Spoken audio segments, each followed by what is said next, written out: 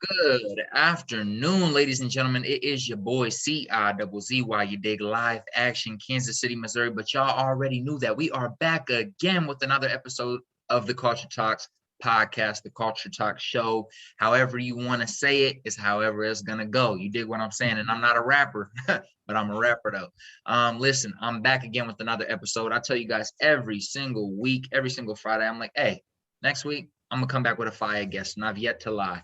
I've yet to lie because truthfulness is the foundation of all human virtues, and I like to keep a foundation under my feet. So today we bring to you Mr. Deandre. Deandre, go ahead and introduce yourself to the people. How's it going, everybody? Deandre, real estate investor, new construction home builder, flipper, all the above, real estate license, basically the real estate guru. So that's simply what I do. I love it. I love it. I love it, man. First off, before we jump in, I just want to say thank you for agreeing to jump on a podcast. We've kind of been, I text you every few months, like, yo, let's link for coffee, or yo, let's link for a podcast. So I'm glad we're able to make it happen today. Sure. At the end of the day, however long it takes doesn't matter, just as long as we're able to make it happen. So big blessings. How's things going on your side? Where you at right now? It's good. We're busy. That's why we haven't been able to link until now. Good, good. Everybody knows real estate market's crazy. Just trying to keep up. Got a lot of new construction. Got a lot of flips going on. So I'm just trying to keep everything afloat. I love it. I love it. Well, per usual, ladies and gentlemen, you guys know how this goes. We start off by talking to our guest about their early life. So give us a quick bio, man. Like, tell us about where you grew up. What was life like for you as a young man, 10, 11 years old? Let's start around there, and then we'll start to transition into later into your life. Okay. Quick summary. Grew up single mom. First mixed kid in the family. My mom's side's white. My dad's side's St. Lucian, so black. Um, so that was an interesting thing being brought into an all white family. My dad really wasn't around. He was in the military, bounced back and forth. So really learned all my lessons and everything from my mom. Looked like my dad, of course, because that's usually how it goes. Um, but that's just kind of a brief summary just of the early life. Mom worked hard every day, all day. So that's where I got my work ethic from. Um, Ended up trying to go to the NFL like every other little brown kid out there. Grew up in Kansas City, Missouri. Ended up going to Winnetonka High School. Was pretty good at all the sports that I did. I ended up getting a full ride scholarship to Northwest Missouri State. I played football. I was a safety there. I also ran track, so I was decathlon. So athlete year round, super exciting there. Ended up graduating from Northwest and then kind of jumped into real estate, and that brought me to you. Love it. I love it. So, fun fact, ladies and gentlemen, if you're watching this on video, I ain't trying to clown. This ain't no light skin joke, but brother, you kind of look like, what's brother's name? Something Ashton Eaton or something like that. Ashton Eaton? Yeah, yeah, Yeah, yeah. I yeah, mean, the you don't Cavalier. look like him. You don't, but you know what I'm He was saying? nice. He was nice. I Mhm. love it. I love it. So let's talk about like your early introduction to sports. So what sport did you start off playing like earliest in your life? What was the go-to sport that your mom put you in and was like, yo, you got to do this? There was everything. Everything. She encouraged me to do everything. Uh, I did football was my main, basketball, baseball. I wrestled. She got me in gymnastics. When I was like in second grade, she made me do ballet. I was the only guy in the class and they was laughing at me. So I had a cop out of that way back in the day. But basically in everything that you can imagine, I've done it. I ended up slowly focusing, getting in on in high school. I did football, basketball, and track. So those are kind of my main three sports, but really anything that involves a ball or running or jumping or tackling somebody, I I was love in it. it. I love it. Mhm. And what do you feel like that taught you like early on in life? I think a lot of people, their go-to is, oh, it taught me discipline, it taught me time management. I think for everyone it's a little bit different, but when you started getting more serious about, being a three-sport athlete in high school, and of course you come across coaches who some are leaders and some are not. But what was your experience like with your coaches? What were some lessons you learned during your 4 years at Winnetonka? Yeah. So honestly, sports taught me everything. My mom in sports really gave me everything. Like you said, discipline. Me playing three sports I had a lot of practices to go to. I had a lot of weights to lift. I had a lot of sprints to run. So it really taught me how to balance everything from still having a social life, still getting good grades in school, and still being able to keep up with three different sports. Sometimes they overlap. So um, work ethic was a huge one. Um, Being able to push through, I think that's a big thing nowadays. Is there's a lot of people who aren't as naturally tough, and they give up easily if they run into an adversity, and that's not something that you can do playing any sport. So really, just being able to overcome adversity, um, and elevate yourself, rise to the occasion, no matter what challenge you have in front of you. Uh, Putting your helmet on, putting your cleats on, strapping up your gloves, whatever you got to do, and attacking the challenges in front of you, and really not backing down. That's what sports taught me. And do you think like you got that natural ability to be gritty and to hustle and to get shit done because of your mom and growing up in, I think a lot of people when they grow up in, a single parent household, they learn a lot from that parent. That parent's hustling, working their ass Yeah. off to get to the paper, taking care of the kids. I don't know if you have any other siblings or not, but you know, Mhm. that can be challenging for the parent, and the kid is always watching growing up. So do you feel like you developed that tenacity and that grit from your mother, or do you think or at least that it was a part of it? That's got to be 120% of it. She's the hardest working person I know. She's working three jobs now, and she doesn't have a single kid to raise. So that's just what she does. Yeah. So I was an only child. Um, I used to have to go to sports all the time because she would be at work and she would get off work, come pick me up. But she is the hardest working person I've ever known. We didn't grow up with a lot of money. She just worked a standard minimum wage job, but she still um, made enough money to put food on the table, keep a roof over our head, and get admissions to buy pads and cleats and stuff for me. So for sure, she's the hardest working person I've ever met. And I didn't know how good my work ethic was because that's who I didn't surround myself. She's my mother. That was the only person that I was around. So I thought everybody worked that hard until I kind of started Enter the meeting real other world. people, and people started quitting and not wanting to do stuff and not showing up on time. And that was the real shock because that's what I was raised to do. That was kind of the standard. So it was really not anything extra. That's really how she raised me.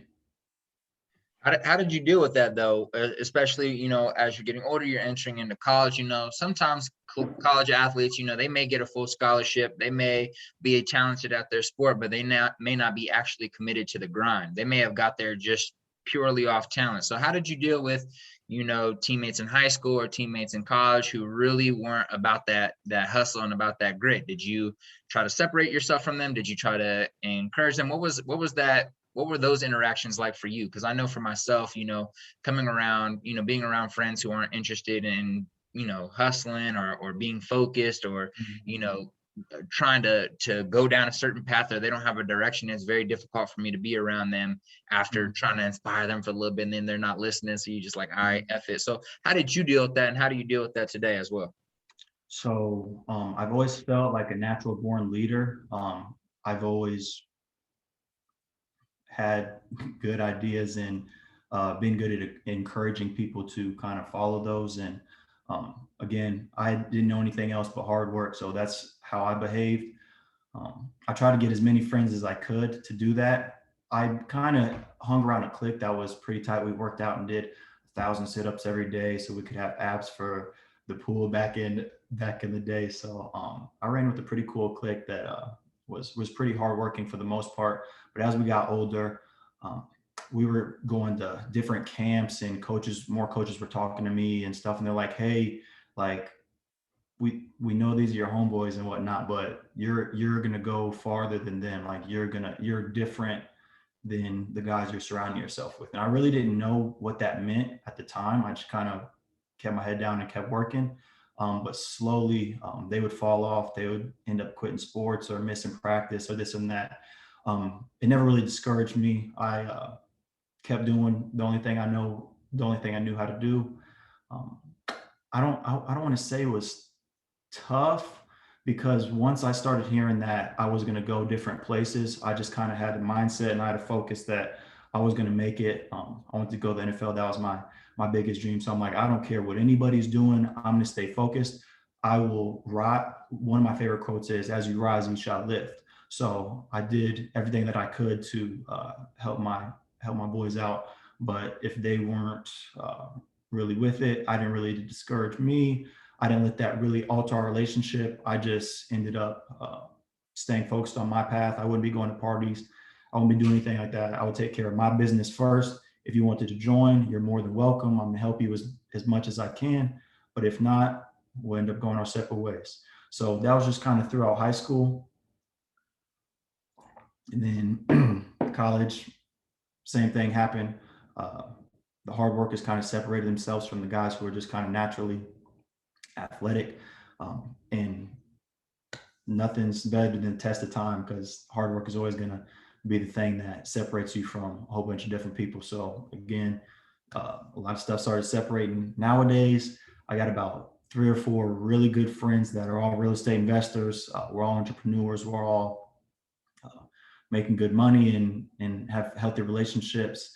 I wouldn't say that I completely disconnect from others that really aren't on that same path. We just don't have as much in common anymore. So I try to do my best to kind of get them on the path and show them the way. But um, I've learned through experience and through continually trying to get friends to elevate themselves that it's not for everybody. Um, there are definitely levels to it. Some people are okay with being mediocre. Some people want the easy route. Some people don't want to be rich and this and that. And the more I try to get people to do what I'm doing, the more I realize that I'm just kind of a different breed, and um, And it's will okay to eventually accept that. go. Yeah, And it's yeah, okay for to sure. accept that. I think that's important to talk about as well. It's just like so many people feel bad, like acknowledging that they might be a little bit different, or they might be going down a different path, or they may have different motivations than their friends. But it's totally okay to accept that, embrace that, and continue moving forward with that. And if people, want to follow, then they'll follow because you're leading the way. So I love that. I do want to talk a little bit about Northwest before we transition into your, real estate career. So 2013 national champions. Yeah. You play football Yeah. all 4 years. You're going to a legendary school who's known for winning national championships Mhm. over and over again. What was that experience like, entering such a legacy team when it comes to Yeah. football? Yeah, it was very prestigious. That was a huge culture shock because I went to Winnetonka. I was the only guy to get an athletic scholarship in the entire school, and I got 2 sports.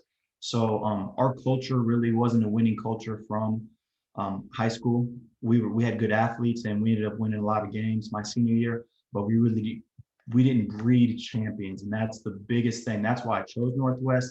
I was pretty highly recruited in the MIAA. I went to Pitt State, Lindenwood, Fort Hayes, all the MIAA schools. And Northwest took me upstairs. They went to their championship room. They're like, "That's our first national championship. That's our second. If you come to this school, you will get a national championship." Everybody else is like, "Yeah, we're really good and we're on the way. It's our time now. We're gonna get one." But Northwest was the one that showed me the hardware. I met all their coaches and they were about their business. So that's why I ended up choosing there. And as soon as I got there, there was a huge difference between Winnetonka football and Northwest football. Just it's college football is your profession. It's not really only for fun anymore. That is your job, is to play football. So we had weights for 2 hours a day starting at 5:30 in the morning. We had film after that. Then we had to go to our classes. Then we had practice. Then we had film after. So I mean, you've got 4 or 5 hours every single day dedicated strictly to football. So that was kind of the biggest thing, is the culture of they just bred championship football. I love it. I love it. And if you could Yeah. select one thing from your time at Northwest on the football team, and the coaches you interacted with and the players you interacted with, what's one like life lesson or quote or something a coach said to you or something you saw a coach doing that's like stuck with you to this day, that's, kind of helped you shape how you've been, building your career? Yeah, so our head coach at the time, Adam Dorrell, he used to have this slogan, IAO, improvise, adapt, and overcome. And he said on the football field, but really that applies to everything. No matter what situation you're in, good or bad, you can improvise, you can adapt to, and you can overcome. So that was the core to Northwest football is IAO. So get it figured out. I love it. I love it. And what did you decide to study while you were at Northwest, and what was kind of the reasoning and the purpose behind choosing your degree path, your career path when you were in school? So I wish I had a better answer, but I always wanted to be an architect growing up. I love drawing houses. When I was little, I used to play with Legos all the time and build giant castles and everything. So I knew I wanted to do something along the lines of engineering or architecture. I actually got accepted to the University of Miami's architecture program. They only let like 50 people in a year. So I got academic scholarship to go there. So for half my senior year, I was gonna go there. The scholarship was only half, and it was like $52,000 a year to go to Miami. Um, Again, I was raised in a single mother household, so that really wasn't an option. Then I started getting recruited pretty heavily by the MIAA. So everybody told me you can't give up a free education. Don't put yourself in debt to go to Miami when you can get a free education. So Northwest really only had not project management. They had business management was the degree. So I ended up doing business management and marketing. I figured doesn't really matter. I'm going to go to the NFL anyways. And if not, business management marketing is a general enough degree to where I can kind of figure out, I can branch off from anywhere. That's a kind of a base degree to where I can kind of pivot and get to where I want to go from there. Absolutely, absolutely. And with all due respect, being that you didn't make it to the NFL, how did you deal with that though? Like, when you were wrapping up college and you were saying, oh, maybe this isn't going to happen. How did you deal with that emotionally? I don't know. A lot of people it's very tough to deal with that. So I don't know how you handled that. So how did you handle that situation, realizing that that may not be the path that you'll be ending up going down? It hurt.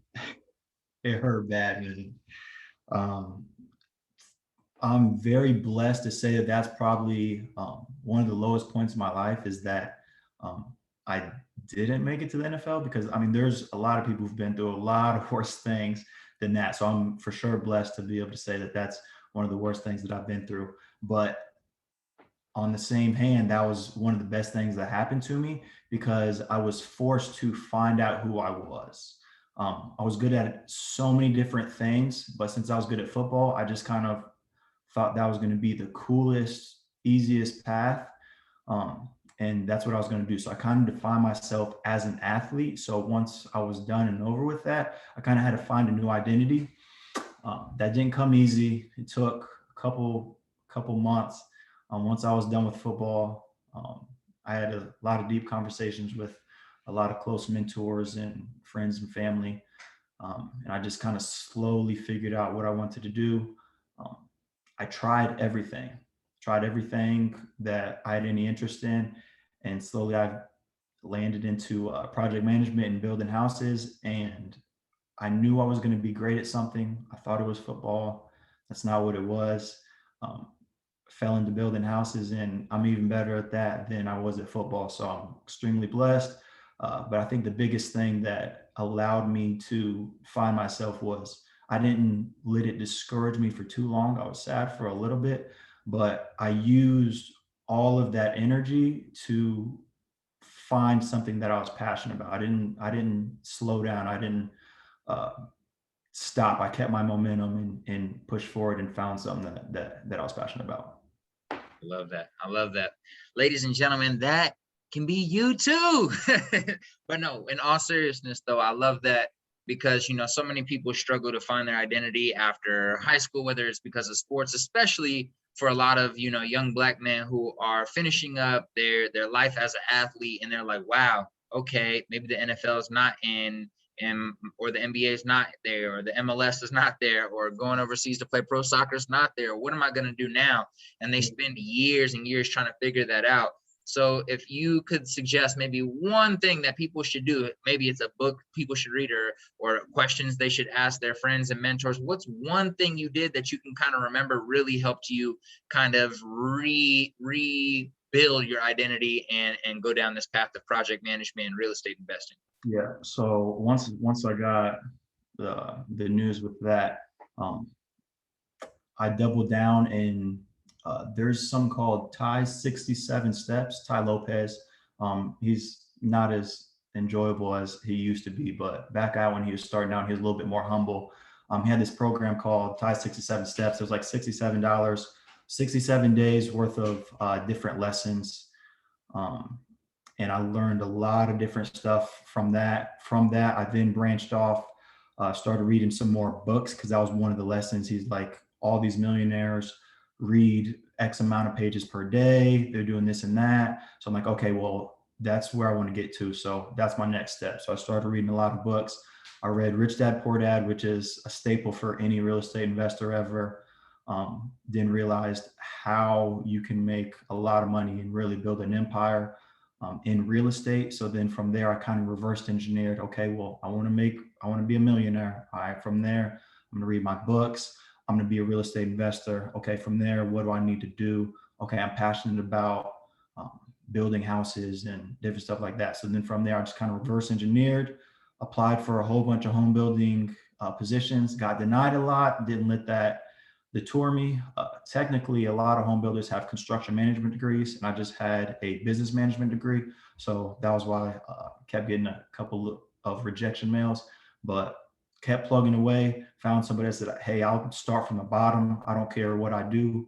Um, I'll wash someone's shoes. I'll carry coffee. I'll do whatever it's got to take. Just give me a chance because I will be the real deal. I just went in very humble. Um, at first, they said, no, we really don't have any positions. Call back in about 3 months. 1 month went by. I called them back, said, hey, I'm really serious about this. I will literally start anywhere. I'll do whatever. I just need my foot in the door. They ended up creating a position called assistant project manager for me. I spent my first 4 or 5 months carrying in cabinets, going into Home Depot, picking up stuff for the guys. The project manager that was training me ended up quitting about 6 months from me starting. So that opened up an opportunity for me. I started gaining more and more responsibility, and I just destroyed it ever since. And now I'm like the head project manager of the whole project management. Can't even talk. Project manager of the whole company. But I just started with humility, kept pushing forward, didn't let anything discourage me, and just tried my hardest. I try to learn every day.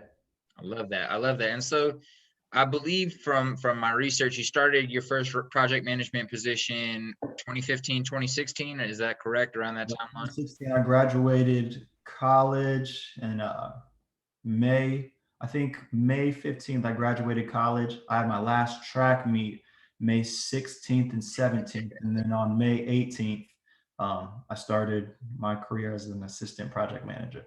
I love it. I love it. And for those individuals out there who aren't, in the real estate world, they're not in the construction, they're not a general laborer, they're not they're not anything involved with real estate or home building. Yep. What exactly does a project manager really do? So you work hard, you get from assistant manager, opportunity opened up, you claimed that opportunity, and ever since then you've been putting your back into it and hustling. But what does that really look like? What are you doing on a day-to-day basis? What tasks and responsibilities are you assigned? So basically, I am the GM of the builder. So I've got a head above me who's the actual builder, the business owner, and then I'm basically the GM of it. So what I'll do is I will get the blueprints from architect. I'll get a materials list from the designer. I'll put those two together. I'll go through and analyze everything, and then I kind of get a vision of what the house is going to look like. And then I'm responsible for everything from then on out. So I will call the excavator. I'll have them dig the hole. I'll call the foundation people. They'll lay the foundation. I call the plumbers, electrician, HVAC, framers, roofers. The list goes on and on. But I'm basically the GM. I'm the one who hires everybody to get the stuff done. I order all the materials, quality assurance. I make sure everybody's doing their job on time. I schedule everybody. I make sure that everything's done correctly. Make sure everything's done according to the blueprints and the materials list. So basically, I'm just the overseer of every single thing that goes on with the house.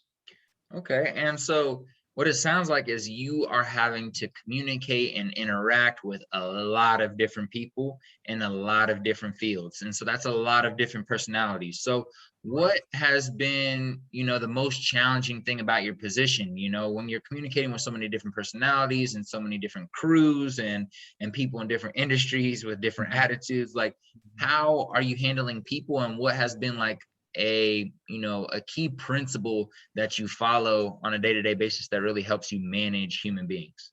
Yeah, so that kind of sounds like a struggle, just being able to balance everybody and keep everybody on schedules. And there's so many different people. You got the framers and the painters and the trim guys. But that's really why I'm such a good project manager, is because that embodies everything I've ever done in my entire life. I played 5 sports in middle school and 3 sports in high school. So I grew up doing that. The football kids are way different than basketball kids. Basketball kids are way different than wrestlers.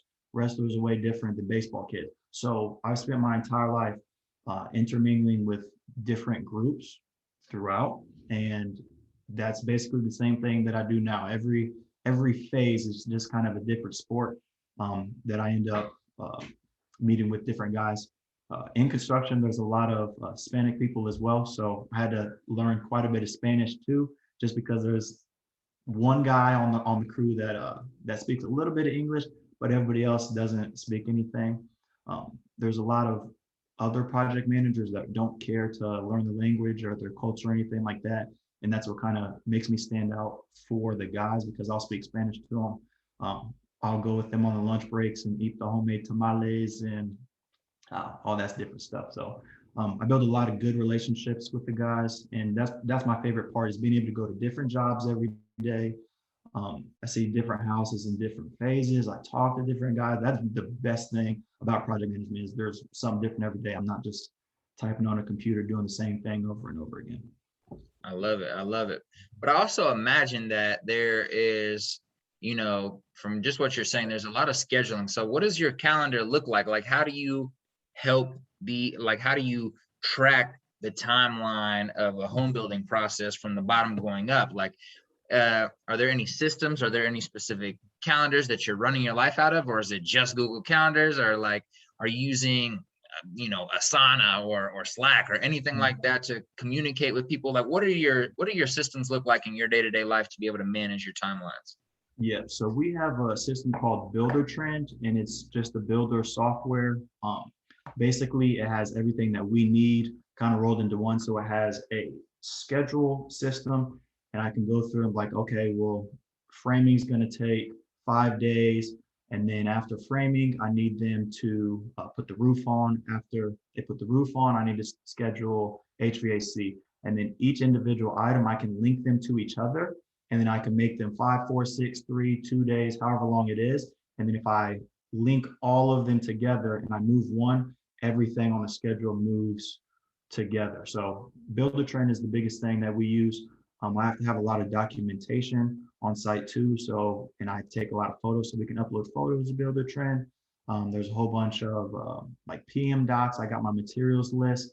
I print out a whole bunch of pictures of like the tile, the layout, just kind of like design things. So when the guys are on site, I can be like, hey, like this is what I want the shower to look like, just kind of different visual things for them. So Builder Trend is the absolute best thing. I don't know how people would run houses without that. So it's not easy, but Builder Trend makes it a lot more manageable, being able to put everything into one system.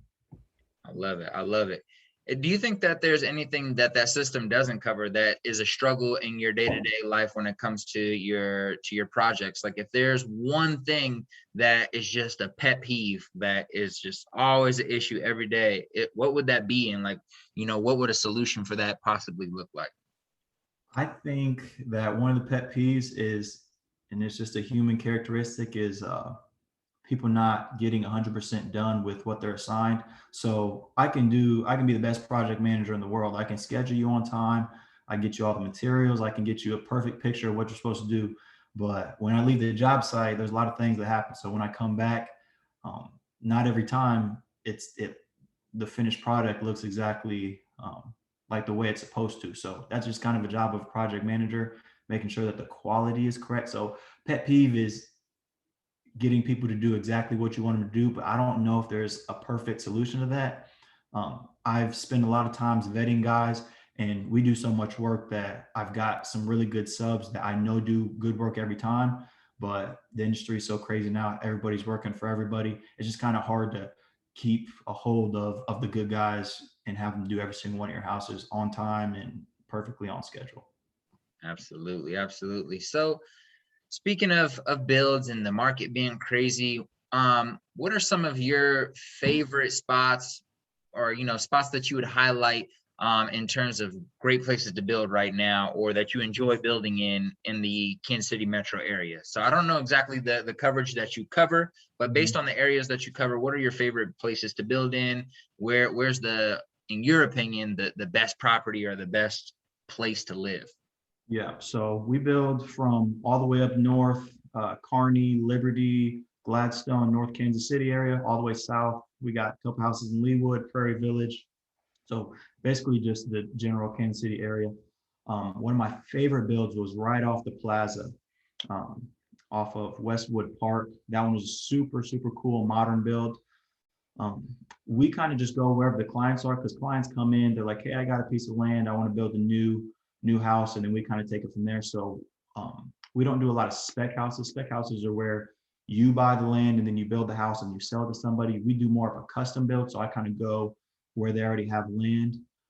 I would say my favorite area to build is the Overland Park area. It's so robust. There's so many cool things down there. There's a lot of cool neighborhoods, so I really enjoy the Overland Park area. So who do you deal with the most, or like who are the different players in the development game, or like in the house building game, when it comes to, who comes to you? Are they real estate developers who are trying to, build a whole large complex or home, I forgot what they're called, but basically where there's a whole bunch of homes in a neighborhood. Subdivision. Yeah, exactly. Or is it solo people who are like, hey, I bought this property, I bought this land, I'm going to be the person living there, I want you guys to do this? Who exactly are you guys dealing with the most, or have you dealt with this the most, and who's the easiest and hardest to work with? Yeah, so it's a little bit of both. Every once in a while, we'll have a developer come in. They're like, hey, we've got this many lots. Do you want to buy 10 out of my 100 lots? This would be your nice little subdivision. About 90% of our people are custom people. So we build luxury high-end houses. So we got lawyers and doctors and a whole bunch of people like that coming to us, building properties from 600 to a couple $1 million.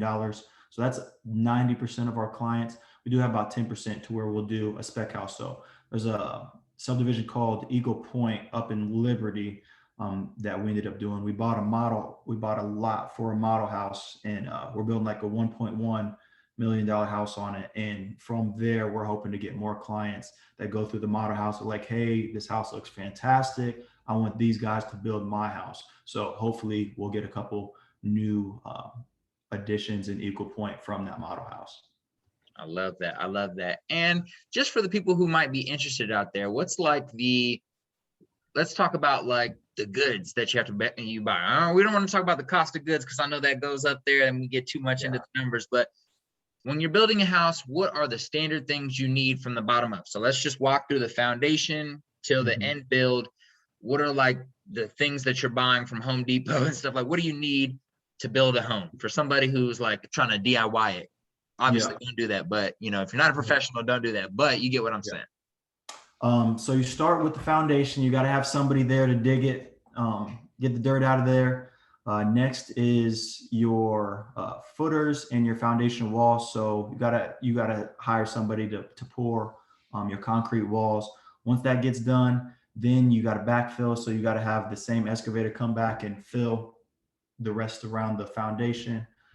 So that's really not materials. That's just kind of the first level of it. Then you start doing your ground rough plumbing. So you got a plumber come in, you've got the PVC pipe. So that ground rough plumbing is basically where everything is underneath a concrete slab. So if you have a bathroom in your basement or a wet bar or a kitchen, anything under concrete, you got to have the pipe that runs it first. Then you come in and you have your flat work guys, concrete everything. From there you do framing. So that's your 2x4s, 2x6s, your 2x8s. Then you need your OSB for like your roofing and whatnot, or not your roofing, for your roof sheathing. Next, you throw on the roof. So that's where you get your shingles, different stuff like that. From there, the house is dried in, you've put your windows in, you've put your doors in, your roof is on. So then from there, that's when you do like your HVAC. So your heating and cooling, a whole bunch of tin work, duct work like that, your furnace, your air conditioner.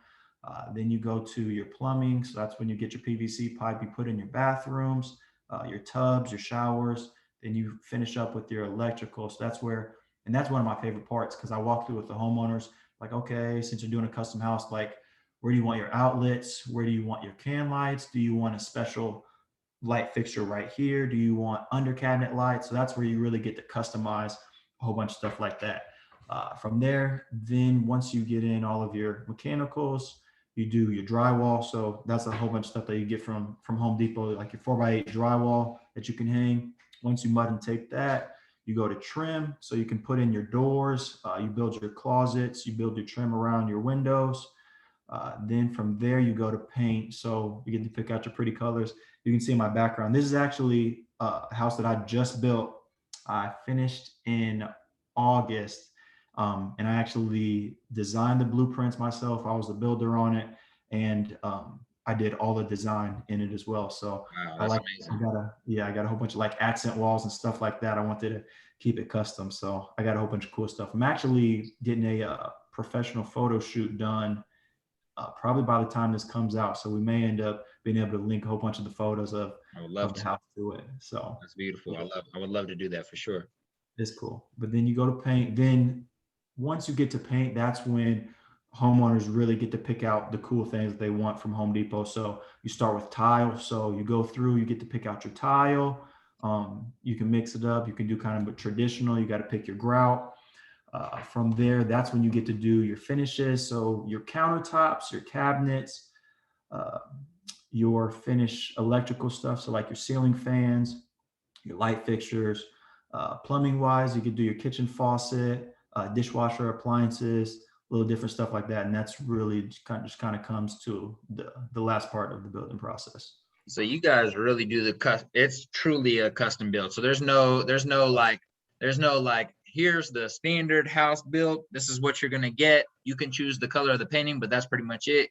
Like, here's the standard build. You guys, from the ground up, it's pretty much, obviously, the foundation, is the foundation. But aside from that, from there, from the ground up, from the setup of how it's built to the colors, faucets, lighting, everything is Everything. custom. Wow, that's crazy. And even the layout of it. So they will come in. We don't have like predetermined blueprints. They come in, they're like, hey, I got $1 million budget. I got $600,000 budget. I want 4 bedrooms, 5 baths. And then Luke, our owner, will go through and be like, all right, well, I'm going to draw. He'll literally draw up with them on a piece of paper. All right, well, we're thinking about putting the kitchen here. You put the pantry here. So you customize everything with us. Wow, I love that. And before we move on, go ahead and shout out the company real quick, just in case people really enjoyed that part of the breakdown of the whole custom build and they're just thinking about building their own house. Yeah, Owen Homes. Owen Homes. We are located off Green Hills Road up in the Northland. Build a lot of houses, a lot of dream houses. They're awesome. I just did my own. Highly recommended. I love it. I love it. I love it. So plan, execute, finish. What's the most difficult part of the process, and why would you say that? I would say for sure is execution. I know so many people that end up planning and they'll plan, and they'll never actually get to actually doing anything. So planning is an easy step, but it's definitely the easiest of the three. Executing is where people separate themselves. That's where they make their money.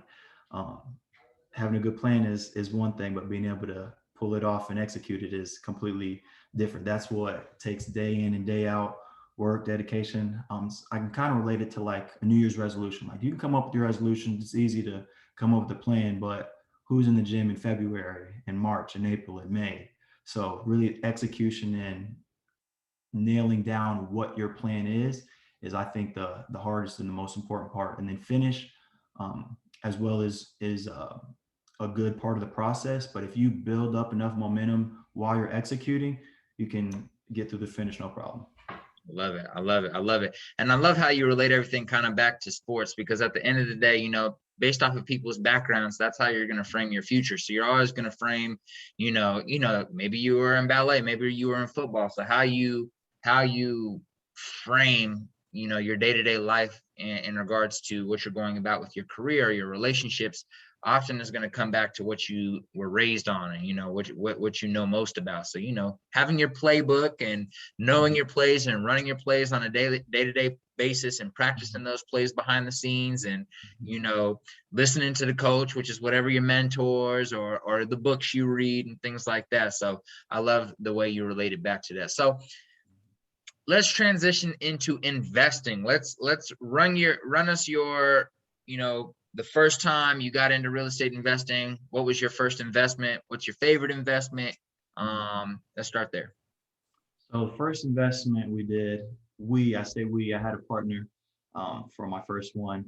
Phil Jackson was my real estate partner. He was the running back for Northwest. So we played football together, met in college. He was from Chicago. I convinced him to move to Kansas City after he graduated.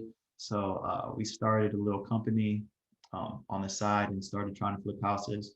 Bought our first house out in KCK for $90,000.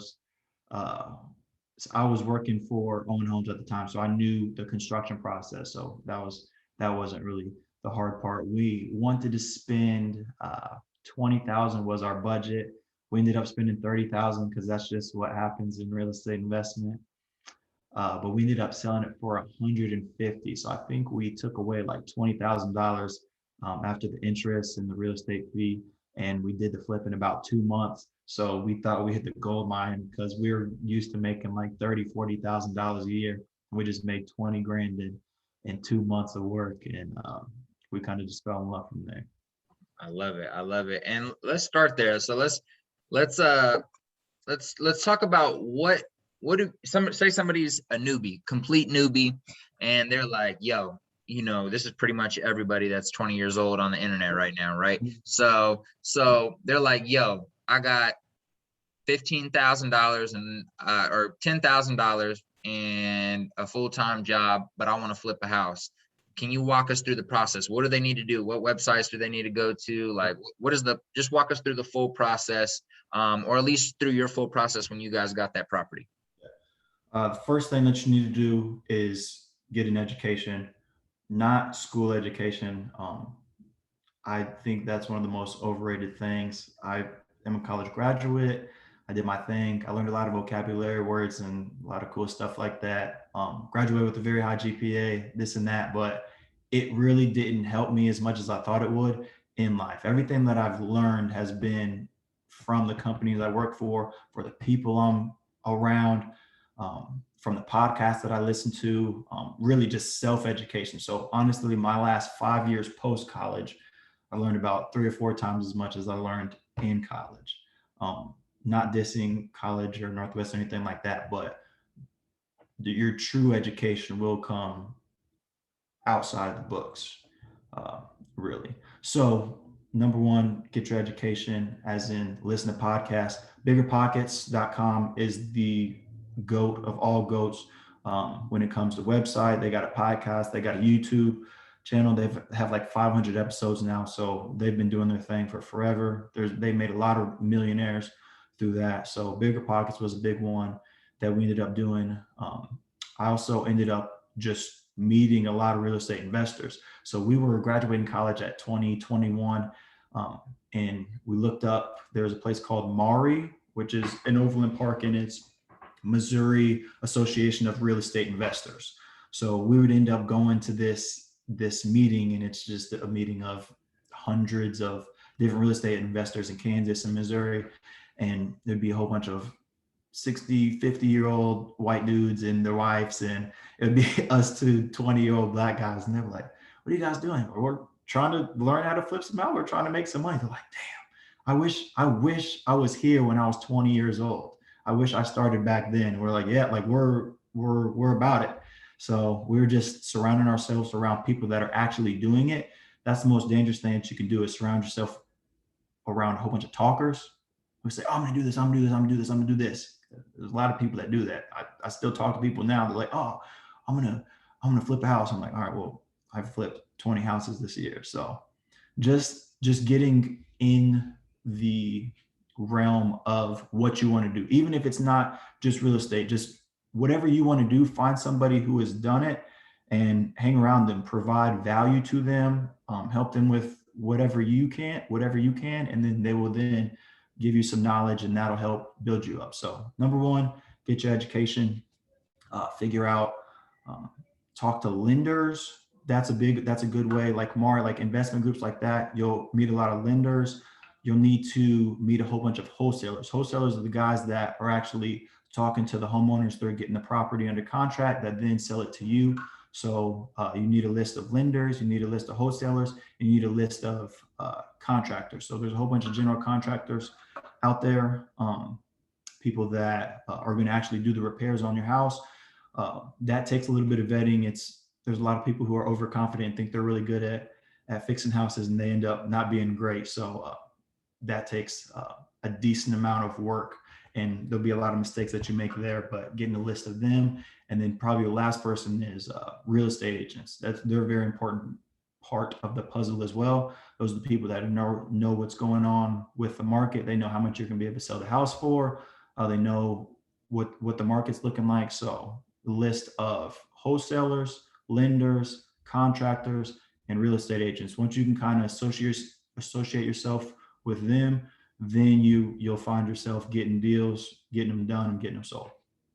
I love it. I love it. So to run that back to for the listeners, essentially, ladies and gentlemen, number one, educate yourself. Get your foundational knowledge from platforms like Bigger Pockets. Bigger Pockets, they have a whole bunch of people that are on the podcast that have written books. Some of the founders of Bigger Pockets have written amazing books about flipping, about the BRRRR strategy. There's so many things and pieces of content they pushed out there. So that's a great place to start. So first, educate yourself. Bigger Pockets, books, podcasts. Second, start surrounding yourself with doers and people who are in the industry.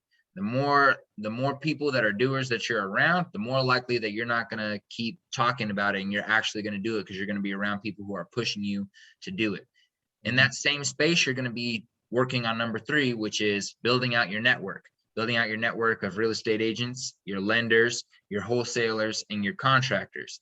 Once you build out your network, you develop a foundational knowledge, you have pretty much all the pieces you need to take action. Obviously, you got to have some bread, some capital, but once you have all that in place, you're in a pretty good place to get started. So I love that. So how did you guys source, if you don't mind me asking, how did you guys source your capital to get that first property? So the property was only $90,000. If it's a good enough deal, you can actually get into it without a whole bunch of money. I think we only had like $5,000 to spend between us, but we ended up finding a good enough deal to where if we bought it for 90, a lot of lenders will give you 80% of the ARV, the after repair value. So we figured that we'd be able to sell it for 150. I'm not going to be able to do my quick math of 80% of that. But basically, if we were going to be all in for like 120, they're okay with giving us all the money. And I had talked to the lenders. We have a lot of meetings. It wasn't just one. We had 2 or 3 or 4 meetings with them. I told them that I was building houses on the daily. I showed them the portfolio of work that I was doing. They were comfortable with my construction knowledge. They were comfortable with us as partners. And shockingly enough, 90,000, or $120,000 isn't a lot of money to a lot of people that are making bread out there like that. So it really wasn't a super huge risk for them. Worst case scenario, they get the house anyways. So they were comfortable enough with us to lend on our first deal. We ended up being successful there, and they've been giving us money ever since. I love it. I love it. I love it. And are you mainly flipping house outside of building homes in your project management position? In regards to the other work you're doing in the real estate world, you've mentioned flipping houses. Is there anything else you're doing? Any buy and holds or buying and renting out property? Like what other strategies are you using in the real estate world that you've enjoyed or that you didn't enjoy? Yeah. So one of my favorite things that I did was I house hacked. So I spent the first, I tried to buy a house when I was roughly 22. I was making a decent amount of money. I had a good understanding of the market and real estate. So I was looking for a whole bunch of duplexes. I didn't find a duplex where I could buy both sides, but I bought one side of the duplex. I ended up buying for $124,000. I put 5% down, so I only had to come up with $7,000. My mortgage was 900 bucks, and it was 4 bedrooms. It was like 1,700 square feet. So what I ended up doing was I started inviting my friends to live with me. I ended up charging them $400-$500 a pop. At one point, I had 3 other roommates, so I had a bedroom, and the 3 of them had their individual bedrooms. So I was making $1,500 a month. My mortgage is 900, so I was basically living for free and making um, the $600 a month. I would take that $600, put it in a savings account, and then I slowly started accumulating a lot of cash that way. So that's house hacking. That's probably my favorite thing that I had done. Recently, I actually just sold that duplex when I built this. Did a couple things myself, poured a patio on the back, did a couple little, not a full rehab, but just kind of spruced it up. And I ended up making 60 grand from that investment. So I made a lot of money buying it throughout living there. And then once I sold it, I made a decent amount of money too. So that's probably my favorite thing that I've done to date. I like to travel a lot. We go to Lake of the Ozarks all the time. We go to Florida. We go to Mexico. So I'm going to kind of start a new trend of real estate investing. I am going to, wherever my favorite destination is, I'm going to save up 20% for a down payment. I'm going to buy a condo or a house down there. And then I'm basically just going to Airbnb it out every day that I'm not there. And if I want to go there for a couple of weeks, I'll just block it off Airbnb. We'll show up, we'll do our thing there. We'll go head back home, and I'll continue to make money on Airbnb. So my plan is to do first get a couple houses at the Lake of the Ozarks. Once I get that, I'm gonna branch out to Florida, and we're just gonna kind of continue from there. So my next phase of real estate investment is to purchase properties not for specifically long-term rentals, but for short-term Airbnb, so that way I can use them too. I love it. I love it. I love that plan, and I know that you're gonna turn that into reality, because I only met you like 2 years ago, and you've already done like freaking mad more flips. Already sold the crib you was talking about last time, and profit on that. Done built your whole designed, created your whole own new crib. So we know you're an action taker, and that's why we're having you on the show today. So before I ask you your next few questions, can you drop where people can find you on social, or your email or your website, just so if they're not going to finish off this episode, they can take this moment to go find you, support you, and reach out if they have any questions or want to connect with you for business? Yeah, so the main thing that I use is Instagram, DA Most Blessed, DAMOSTBLESSED. That's really my primary way of communication. I don't have a website or anything like that. Real estate investment, you don't really have to be upfront with the people. A lot of the action is behind the scenes. So Instagram is probably my main channel of outreach. I love it. So ladies and gentlemen, if you have to get out of here right now, you have to go to bed, or whatever you're doing right now listening, go ahead and follow my guy on IG. And he's a busy man, but I'm sure if he has some time over the next few weeks to respond to DMs over time, or you got some money for him, he definitely respond. but I love it. All right, so going back to your project management position, you're dealing with a lot of people on the job doing stuff they're supposed to do and may not finish. So, and sometimes maybe not do the greatest job. So how do you give feedback? Can you kind of give me an example of maybe a few times where people have, disappointed you on a job, and how you handled that? Yeah, so honestly, I keep it real with them. I don't yell, because I don't respond well to yelling, and I don't sugarcoat it either. I just keep it real with them. I'm like, yo, like, what's going on? I was expecting you to be done last Tuesday. It's Thursday. What's going on? And I give them a chance to explain themselves. So I'm like, all right, like, hey, what are we doing? What's going on with this situation? If they give me some type of bogus excuse, I'll call them up like, I'm not feeling that. Like we're gonna wrap up, but this is probably gonna be um, the last time I have you on a job. If they have something legitimate, we'll have a discussion. We'll talk back and forth. We'll come up with a game plan on how the next house can go better. So really, just trying to be genuine with people. Talk to them. Be their friend, but don't be their best buddy. So we have a good work relationship with a lot of the guys. I'll invite them over, and we'll hang out at the house every once in a while, but not too often. So just really keeping a good, healthy relationship to where you can be honest with each other. And that's really the biggest thing, is just having open communication with the guys, making sure that you guys are both on the same page. And if you're not, figure out how you get back to that point. And if that doesn't work, then you guys can go your separate ways. I love it. I love it. And we've talked about some of your deals in real estate, but outside of that, what is one of, obviously there's multiple, but what's one of the best investments you've made in your life? It could be a book that you bought that changed your life. It could be a seminar. It could be taking your mom somewhere and it really made you happy. It could be anything. What's one of the best investments you've made? I would probably say it would be that the Ty Lopez 67 steps that I ended up doing. Um, I didn't have anyone in my life to really show me the way. My mom was very hardworking and driven, but she was never successful outside of being able to pay the bills. She really didn't have enough for investments or to um, make a lot of extra money and have rental properties or anything like that. There was no one in my life who had made it past the level of being solid, being able to pay your bills. So just listening to Ty's system of how to make money and how to live and a lot of different things like that. It was $67, and that was the spark that then branched my thirst for knowledge in a whole bunch of different areas. So that was probably the one of the main things that kind of kicked off where I'm at today. I love it. I love it.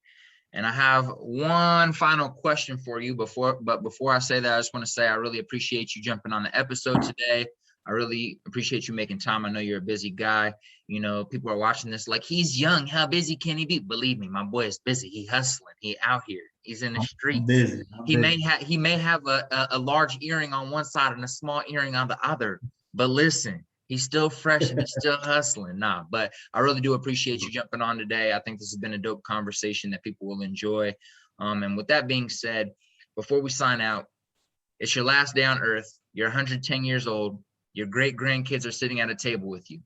Now, you may have written thousands of books. There might be a lot of documentaries about you at this point. You might, have a whole list of assets you're leaving for them. But this is the only thing they're going to remember you for. And you have to leave them with one quote on how to live life. What are you going to tell them? I would say, do what you love. There's too many people out there that are just trying to get by, not trying to make distractions. They're trying to keep their head down and stay in their own lane. And ultimately they end up not as happy as they should be. I think we're here on this earth to express ourselves, to help others to live our fullest life. And I think the only way we can do that is to do what you love. And I love real estate. I'm doing everything that I can. It's easy. I'm doing a lot of work. I'm very busy. It's hard, but really it's easy because it's something that I'm in love with. So if you follow something that you're passionate about and that you love with, you'll figure it out. I love it. I love it. So one more time, your Instagram name, and one more time, the project management position you're holding, and what company is that, so they can tap in and you get more business on that side. Yes, sir. So it's DA Most Blessed is the IG. And then I'm a project manager for Owen Homes. OwenHomes.com. You can check it out. Let them know that you heard this podcast. We'll hook you up. We'll hook you up with some. I love it. Any final words, my boy? No, I appreciate the time. People, please feel free to reach out to me. I love getting on podcasts and reaching out to people that look like me, that don't look like me. I just want to be an inspiration. I want to be a help for as many people as I can. I'm actually looking to hire a protege here in the next a couple of months in 2022. So if anything that I said kind of relates to you, reach out to me. We may be able to work out something for you. I love it. I love it. With that being said, ladies and gentlemen, make sure you leave a 5-star review, share this with your friends, put a like, put a comment. These are the only ways we can grow is with your support and love. So please support and love the Culture Talks podcast. This is CIZZY signing out. Salute.